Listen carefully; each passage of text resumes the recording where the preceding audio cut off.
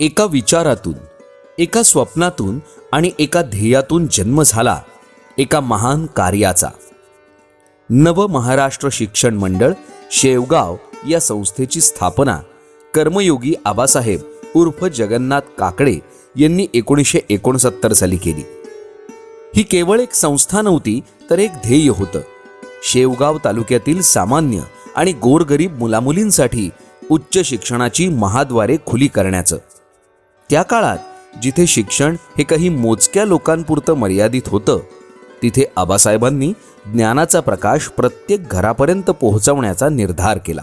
वरिष्ठ महाविद्यालय, वैद्यकीय आणि अभियांत्रिकी, कृषी आणि शिक्षणशास्त्र अशा अनेक विद्याशाखांमधून शेवगावच्या भूमिपुत्रांना उच्च शिक्षणाची संधी मिळाली.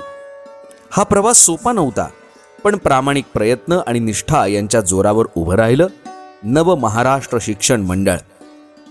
या संस्थेच्या वसतिगृहातून असंख्य गोरगरीब विद्यार्थ्यांना आणि त्यांच्या आयुष्याला एक नवा आकार मिळाला.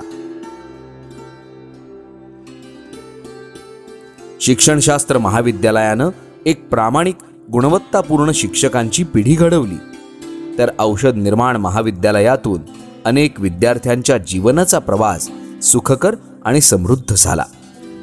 आज या संस्थेचं कार्य फक्त शिक्षणापुरतं मर्यादित नाही, तर ते घडवतंय एक सक्षम आणि सशक्त समाज.